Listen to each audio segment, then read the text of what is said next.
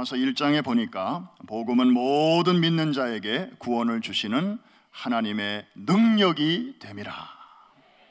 이 복음이라는 단어와 능력이라는 단어, 그리고 그 중간에 구원이라는 단어, 이 어마어마한 단어들이 이 짧은 한 절 속에 아주 굵직굵직한 단어들이 지금 들어 있습니다.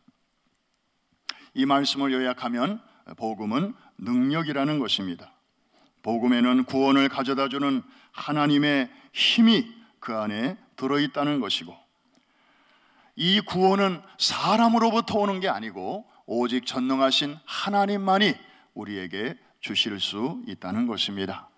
성경이 말하는 구원 속에는 여러분들이 어렴풋이 생각하는 것 이상의 아주 많은 뜻이 들어 있습니다. 예를 들면 육신의 질병으로부터 하나님은 우리를 구원해 주실 수 있습니다. 마태복음 9장을 보니까 12년 동안을 부인병으로 고생하는 여인이 예수님의 뒤로 와서 그 겉옷을 만졌다. 이는 그 마음에 그 겉옷만 만져도 구원을 받겠다 함이라.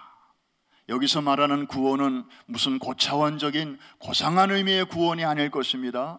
자신을 12년 동안이나 묵고 있는 이 질병으로부터의 해방, 바로 여인은 그걸 위해서 주님께 나아왔는데, 예수님께서 돌이켜 그녀를 보시며 가라사대 따라 안심하라, 내 믿음이 너를 구원하였다 하시니. 여기서 말하는 구원은 바로 그 육체의 질병으로부터의 자유와 해방을 의미하는 것이었습니다. 그랬더니 결과적으로 여자가 그 시로 구원을 받으니라. 할렐루야. 오늘도 주님은 우리의 몸의 아픔을 아시고, 그리고 그 병을 치유하실 수 있는 그 능력이 구원이라는 선물 보따리 안에 얼마든지 들어있는 줄로 믿습니다. 물론 하나님의 아주 고차원적인 섭리 가운데서 사도 바울의 경우처럼 그 육신의 질병을 잠시 혹은 우리가 생각하는 것보다 조금 오랫동안 그 육체 속에 두실 때가 있습니다. 그것은 하나님의 능력이 딸려서가 아니고, 하나님이 그분을 미워해서도 아니고, 우리가 알지 못하는 하나님의 더 고차원적인 섭리 가운데서 하나님의 영광을 드러내기 위해서, 혹은 우리로 하여금 너무 자고하지 않게 하시려고 분명한 하나님의 목적을 가지고 두실 때도 가끔 있지만, 그러나 하나님은 하나님의 능력, 그 구원 속에는 이러한 것까지를 포함하는 놀라운 은혜가 있는 줄로 믿습니다. 두 번째로는 위험으로부터의 구원이 있습니다. 하루는 예수님의 제자들이 갈릴리 호수를 노를 저 건너고 있습니다. 예수님이 그 배 안에 타고 계셨습니다. 고단에서 주무시고 계셨는가 봅니다. 그런데 이제 큰 풍랑이 일어나게 됩니다. 그때 제자들이 예수님을 흔들어 깨웁니다. 그러면서 이렇게 말합니다. 주여 구원하소서, 우리가 죽겠나이다. 여기서 말하는 구원은 무슨 고상한 차원의 추상적인 구원이 아니고, 지금 이 위태로운 상황으로부터 우리를 좀 안전하게 지켜달라는 그런 구원이죠. 아주 1차원적인 구원입니다. 그때 예수께서 깨어나셔서 이렇게 제자들에게 말씀하십니다. 어찌하여 무서워하느냐, 믿음이 적은 자들아 하시고 곧 일어나사 바람과 바다를 꾸짖으신데 아주 잔잔케 되었다고 말씀하십니다. 여러분이 한국을 떠나서 이렇게 미국에 와서 또 이만치 자리 잡고 사시기까지 그동안에 얼마나 크고 작은 어려움들이 많이 있었겠습니까? 얼마나 많은 위험들이 있었습니까? 사실 요즘 거의 이민자들이 그렇게 많지 않지만 30년 전만 해도 그렇게 많지 않았을 것입니다. 저는 한 21년쯤 됐습니다마는 그때만 해도 이미 어느 정도 한인 이민사회가 자리가 잡혔고, 그래서 그때도 맨하탄에 제가 처음 나갔을 때 담임 목사님이 저를 차에다 태우고 맨하탄 시내로 나가시더라고요. 그러면서 하시는 말씀이, 좀 소매치기 같은 건 좀 조심하고, 그래서 맨하탄에 이렇게 내려가지고는 제 소지품을 이러고 좀 이렇게 주변을 살폈던 적이 있습니다. 근데 요즘은 그런 사람 별로 없잖아요. 네, 거기까지는 좋았는데 차에서 내리시더니 차를 가지고 뉴저지로 가라고.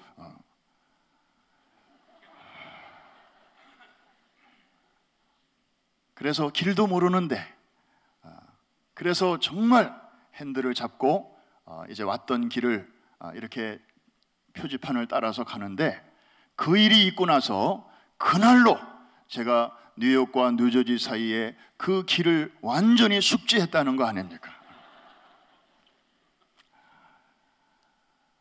참 살펴보면 곳곳에 참 위험이 도사리고 있었습니다마는, 우리가 알게 혹은 우리가 모르게 하나님께서 천군 천사로 지켜주시고 또 말씀의 울타리로 우리를 지켜주셔서 우리가 죽지 아니하고 하나님의 영광을 가리우지 아니하고 오늘 이 자리에까지 오게 된 줄로 믿습니다.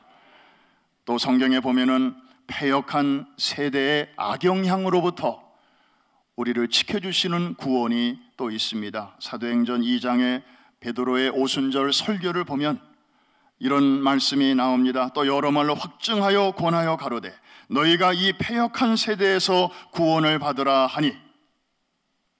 여러분, 우리가 살고 있는 이 시대는 정말 우리가 봐도 야, 세상이 어쩌면 이렇게 가냐, 어쩌면 이렇게 급변하고 있나, 혀를 절로 찰 수밖에 없는 뉴스들이 하루에도 계속해서 끊임없이 우리의 귀에 들려오고 있습니다. 어떻게 사람이 악해도 이렇게까지 악할 수 있나? 그러면서도 각 시대마다 그 시대를 덮고 있는 소위 시대 정신이라는 것이 있어서, 그것은 공기와 같이 우리가 모르는 사이에 슬며시 우리의 삶의 일부로, 우리의 생각 속으로 다 스며들어옵니다. 지금 우리가 살고 있는 시대를 역사학자들은 이제 더 이상 현대라고 말하지 않습니다. 현대 이후 시대라고 말하고 있습니다. 영어로는 포스트 모던이죠. 그래서 이 시대의 특징은 이제 현대에 우리가 익숙해져 있던 것들의 그 반대 현상들이 나타나고 있습니다. 전에는 절대적으로 인정되던 것들이 이제는 다 상대적인 기준으로 바뀌고 말았습니다. 옛날에는 이렇게 전도를 확신 있게 하면 저 사람 속에는 정말 뭔가가 있는가 보다, 좀 나도 한번 저 사람 속에 있는 게 뭔지 한번 알아볼까? 이런 영적인 호기심을 사람들이 가졌었습니다. 그런데 요즘은 이렇게 전도하면 그 사람의 그 말이나 표정이 뭐라고 말을 하는가 하면, 그래요, 참 당신 신앙 참 귀하군요. 그런데 그거를 저한테 강요하지는 마세요. 제가 신앙을 가질 수도 있고 안 가질 수도 있는데 그거는 그냥 나의 선택이에요. 당신의 선택을 나에게 강요하지 마세요. 내가 당신 예수 믿는 거에 대해서 뭐라고 안 그럴 테니까 당신도 내가 믿건 안 믿건 너무 간섭하지 마세요. 지금 세상이 그렇게 바뀌었습니다.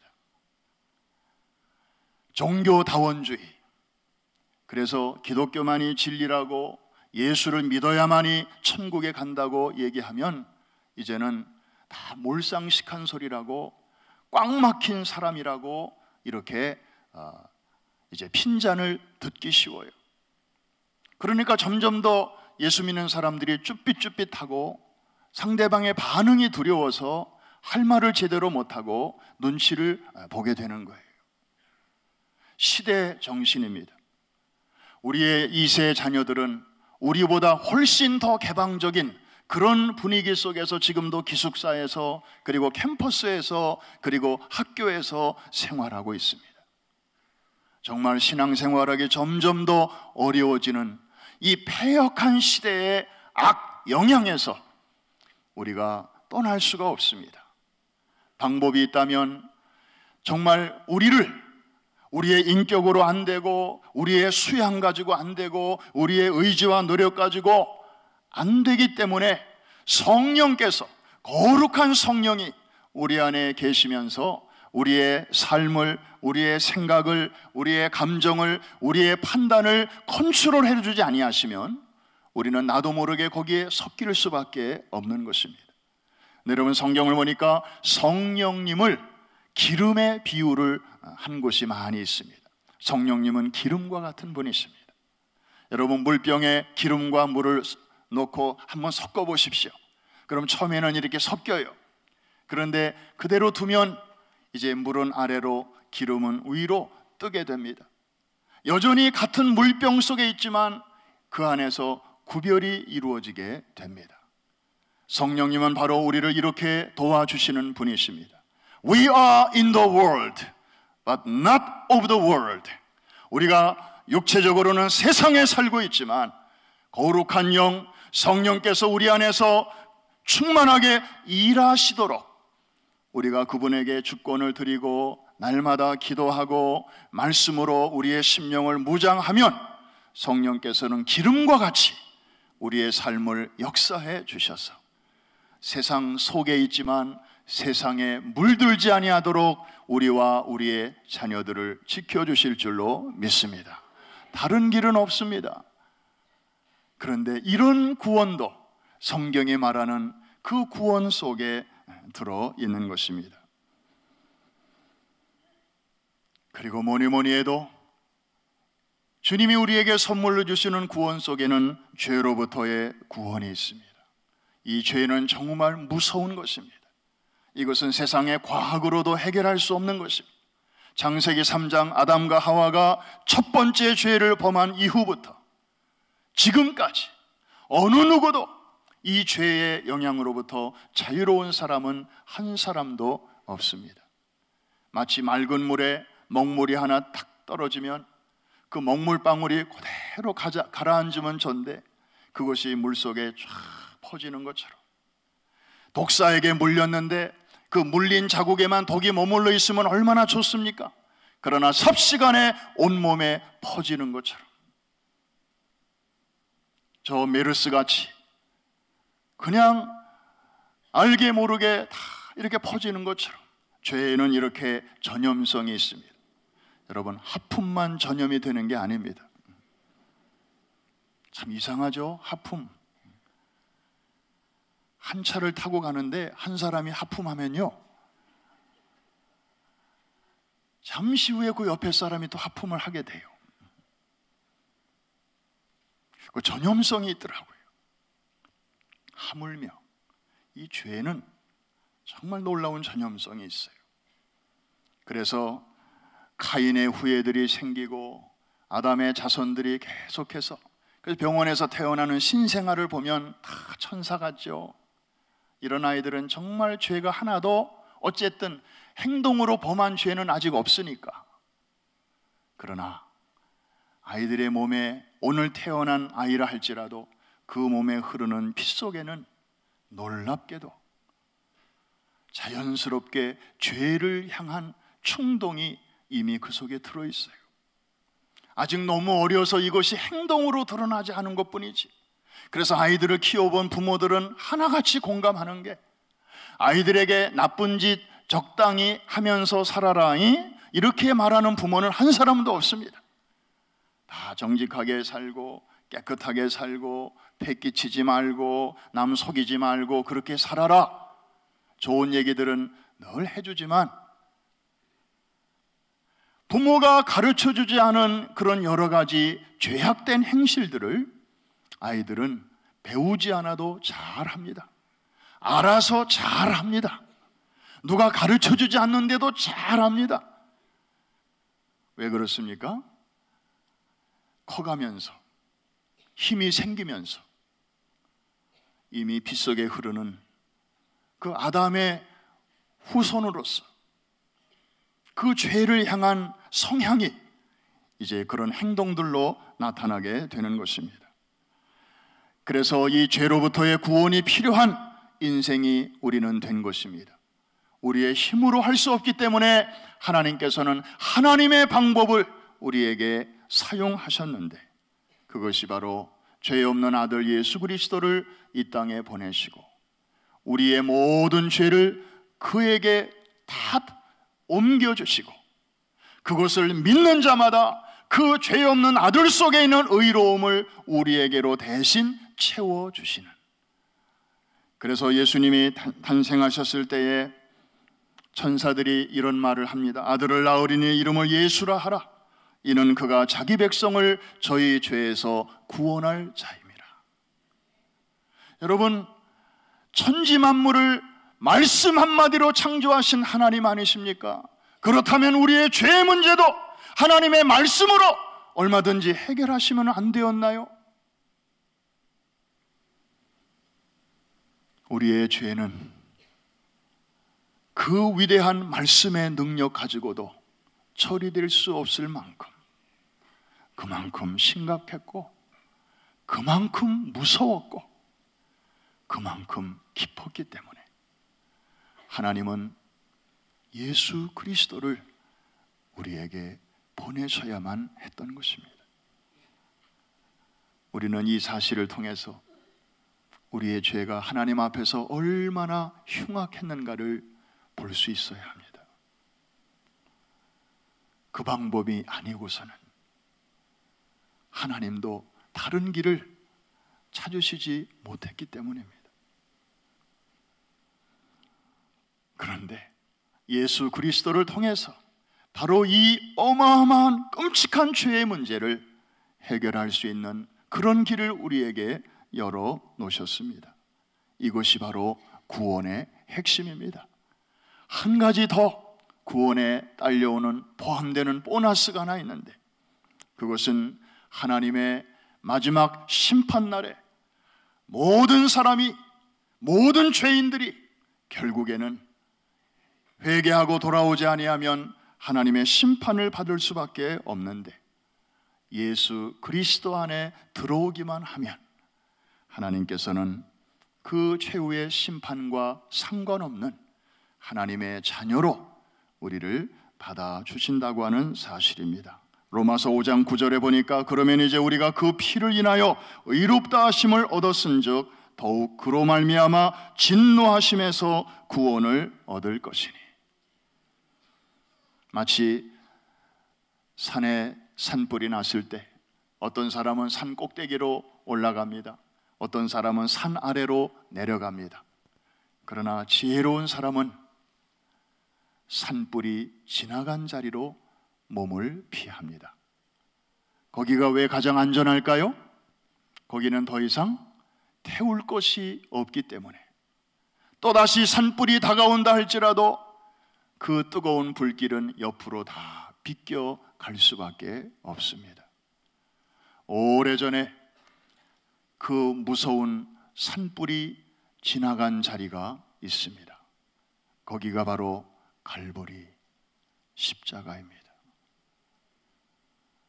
우리를 대신하여 주님께서 하나님의 심판을 받으신 자리입니다. 그러므로 누구든지 그 안으로만 들어가기만 하면 다가오는 최후의 심판도 두렵지 않은 줄로 믿습니다. 오늘 세상을 떠나도 우리는 천국에서 깨어날 확신을 갖게 되는 것입니다. 전에는 물로 세상을 심판하였으나 장차는 불로 세상을 심판하실 것인데, 이제 예수님은 심판의 주로 재림하시게 될 것인데, 그날이 두렵지 않고 오늘 부름을 받아도 두렵지 않은 것은 바로 예수님 안에 그 어마어마한 구원이 그 속에 들어있기 때문입니다. 우리 복음이 너희에게 말로만 이르는 것이 아니라 또한 능력과 성령과 큰 확신으로 된 것이라. 그렇습니다. 복음에는 이러한 놀라운 능력이 들어있습니다. 그러므로 우리는 이 복음을 생각할 때마다 정말 감사해야 할 것입니다. 우리가 정말 예수를 이날까지 안 믿었으면 나는 지금 이 시간에 어디 있겠는가 한번 생각해 보십시오. 내가 예수를 아직도 안 믿었다면 내 인생은 지금 어떤 방향으로 가고 있었을까를 한번 생각해 보십시오. 특별히 우리 한국 사람들은 기독교 신앙에 들어오기 전에 전통적인 종교에 물들어 있었고, 또 여러 가지 미신과 그리고 사주, 팔자, 토정, 비결, 궁합 뭐 이런 여러 가지 것들이 보이지 않는 줄로 우리를 얽매고 있었습니다. 이사도 마음대로 못했습니다. 날짜를 받아야 했습니다. 사랑하는 사람끼리 결혼도 마음대로 못했습니다. 뭔가를 또 봐야 했습니다. 정말 이렇게 보이지 않는 여러 가지 줄과 끈과 이런 것들에 얽매여 살았던 우리들이 이제 예수 그리스도를 믿고 보니 그 안에 있는 이 놀라운 자유와 해방을 우리가 지금 누리고 있습니다. 왜 그럴까요? 복음은 모든 신들 위에 뛰어난 하나님께서 우리에게 구원을 주시는 능력이기 때문입니다. 하나님보다 더 위대한 자가 우리를 컨트롤한다면 모를까, 하나님보다 열등한 자들이 우리를 감히 건드리지 못하게 된 것입니다. 하나님의 손에서 우리를 다시 빼앗을 자가 능히 없는 것을 믿으시기를 바랍니다. 사탄의 손에서 하나님은 우리를 빼내셨습니다. 그러나 사탄이 그 후에 우리를 다시 빼갈 수 없는 것은, 사탄은 하나님의 흉내는 낼 수 있지만 하나님처럼 창조주가 될 수 없기 때문입니다. 그러므로 사탄이 언제나 우리의 영적 생활을, 그리고 신앙 생활을, 그리고 우리의 사회 생활을 끊임없이 방해하지만 최후의 승리는 반드시 하나님 편에, 그리스도 안에, 그리고 성도들에게 있는 줄로 믿습니다. 그러므로 우리는 복음을 부끄러워해서는 안 됩니다. 요즘 부끄러운 것들을 이제 막 드러내는 시대가 되었습니다. 전에는 좀 음지에서 가족들이 알까봐, 친구들이 알까봐 쉬쉬하던 사람들이 이제는 커밍아웃 합니다. 자기들의 목소리를 냅니다. 축제를 엽니다. 그리고 기자회견을 합니다. 그리고 백주대낮에 보란듯이 행진을 합니다. 물론 저들의 목소리가 침묵하는 다수보다 워낙 크기 때문에, 또 언론이 그것을 막 보도를 하니까 굉장한 어떤 세계의 대세인 것처럼 보일는지는 모르지만 여전히 저들은 소수입니다. 그리고 사실은 부끄러운 일입니다. 건강한 가정으로 가는 길이 아닙니다. 그 다음이 걱정됩니다. 그런데도 저들은 그것을 더 이상 부끄럽게 생각하지 아니하고 막 커밍아웃 합니다. 그런 시대의 뉴스를 보면서 우리 예수 믿는 사람들은 성령의 음성을 듣습니다. 너희는 복음을 혹시 부끄러워하니? 복음이 부끄러운 거니? 저들은 정말 부끄러운 내용을 가지고도 저렇게 담대히 선전하는데, 과연 너희는 자랑스러운 내용을 가지고도 왜 그렇게 수줍어하니? 성령께서 우리 안에서 탄식하는 음성을 들어야 할 것입니다. 듣게 되시기를 주의 이름으로 축원합니다. 들어야 합니다. 듣지 못하면 판단력이 흐려집니다. 판단력이 흐려지면 신앙생활의 질서가 없어집니다. 성령께서 탄식하십니다. 글쎄, 뭐 좋은 소식이니까 전해야 되는데 지금은 적당한 때가 아닌 것 같아. 조금만 기다렸다가 또 좋은 찬스가 나면 내가 꼭 그분에게 전할 거야. 그러면서 차일피일 미루는 사람도 있습니다. 유명한 이야기 하나 소개합니다. 드와이트 무디의 전기를 읽어보면 그의 일생에 많은 사람들을 주님께로 인도했지 않습니까? 그런데 그의 생애에서 뼈아픈 그런 후회의 순간이 있었다고 합니다. 그가 시카고에서 대전도 집회를 인도했습니다. 수많은 청중이 모인 가운데서 운동장에서 설교를 하는데 성령의 감동이 자꾸만 오는 것이었습니다. 오늘 저녁에는 딴 얘기하지 말고 다가오는 심판에 대해서, 종말에 대해서, 그리고 영혼의 구원에 대해서 설교해라. 그런데 원래 이 무디의 계획 속에는, 설교 스케줄 속에는 그 이야기는 내일 저녁에 하도록 돼 있었습니다. 그런데 오늘 밤에 자꾸 하라고 하시는데 할까 말까, 미리 준비한 내용이 있는데 이걸 바꿔야 되나 어떻게 해야 되나 좀 이렇게 옥신각신 하다가 결국에는 자기가 준비한 대로 하는 게 더 안심이 되니까 그냥 성령의 감동을 무시했습니다. 그리고 설교를, 그날 예정된 설교를 마치고 집회를 끝냈습니다. 그런데 그날 밤 어떤 일이 일어나는지 아십니까?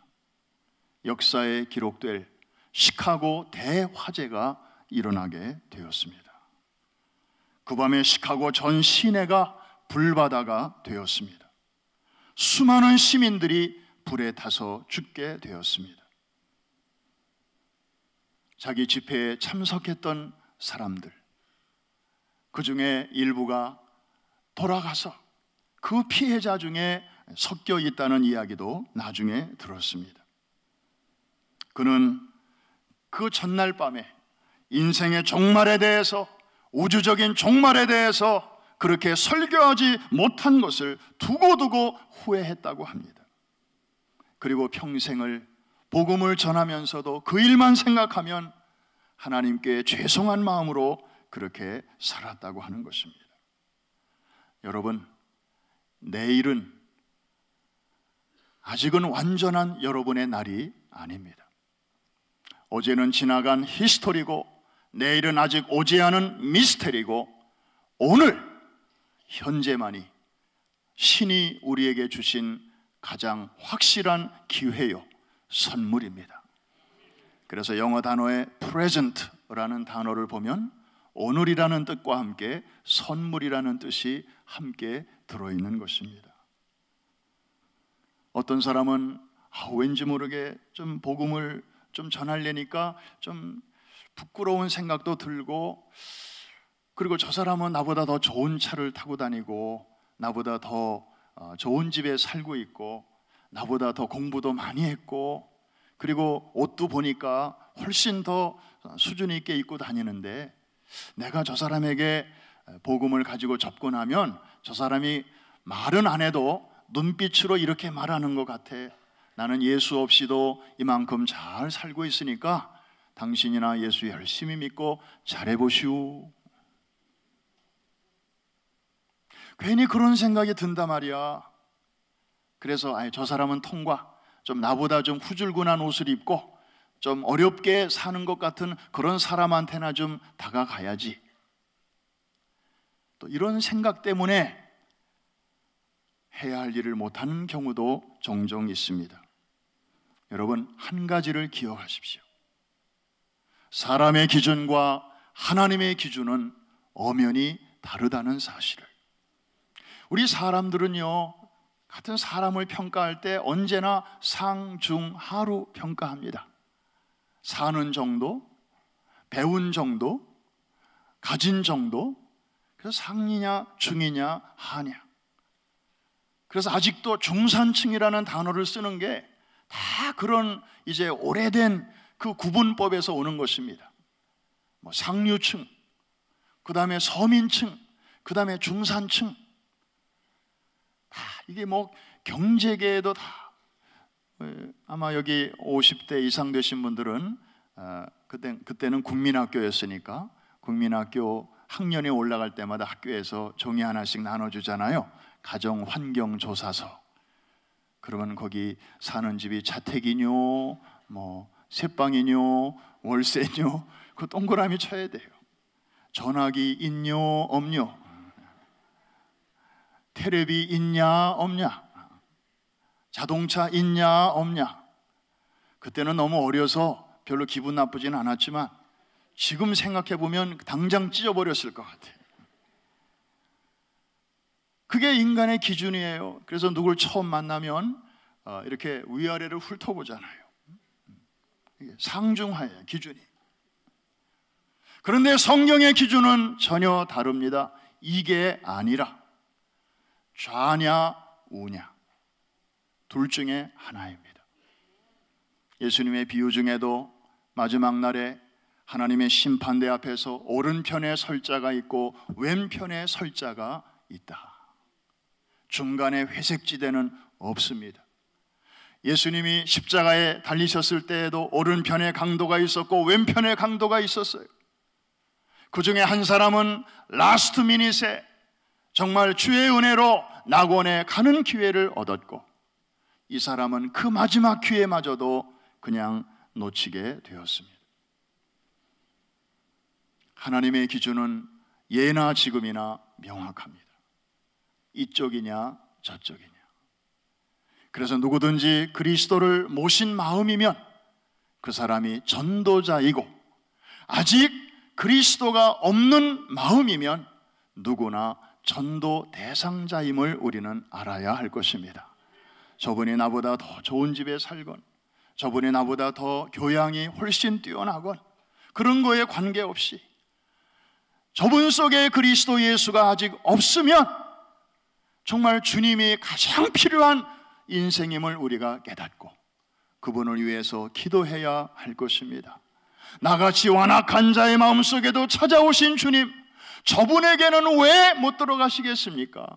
저분이 주님 모시고 살면 정말 주변이 더 환하게 밝아지게 될 텐데, 나를 만나주신 주님, 저분에게도 만나 주옵소서. 말씀을 마칩니다. 바울은 자신을 복음의 빚진 자라고 오늘 본문에서 소개하고 있습니다. 누구에게 빚을 졌을까요? 한두 사람에게 빚을 진 게 아니었습니다.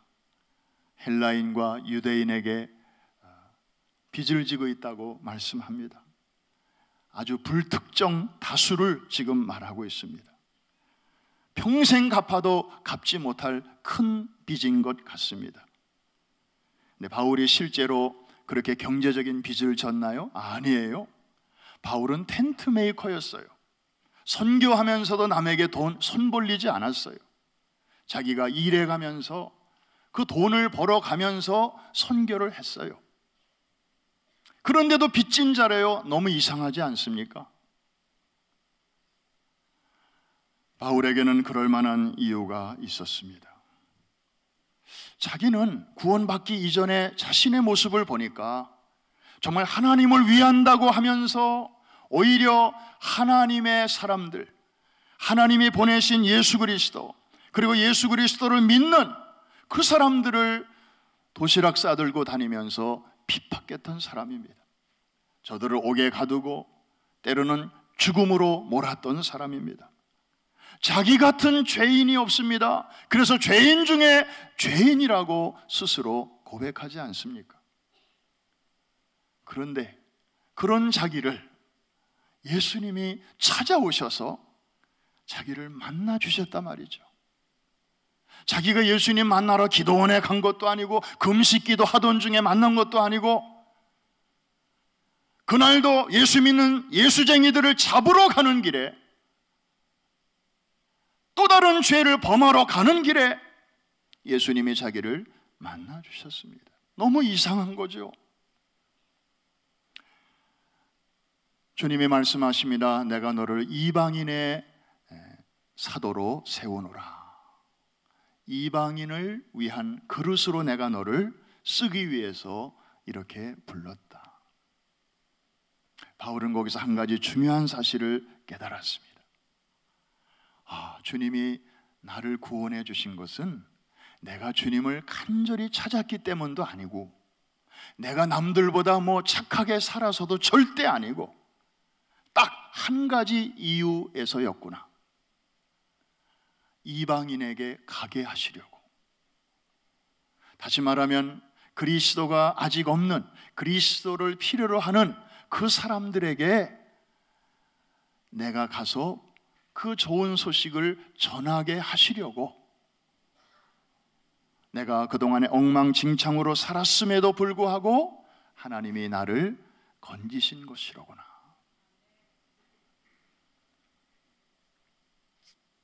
그리고 조금 더 묵상을 하다 보니까 이방인들에 대한 생각이 바뀌게 되었습니다. 그리스도가 아직 없는 사람들에 대해서 고마운 마음이 생기기 시작했습니다. 왜냐하면 저들에게 가게 하시려고 예수님이 나를 건져 주셨기 때문이죠.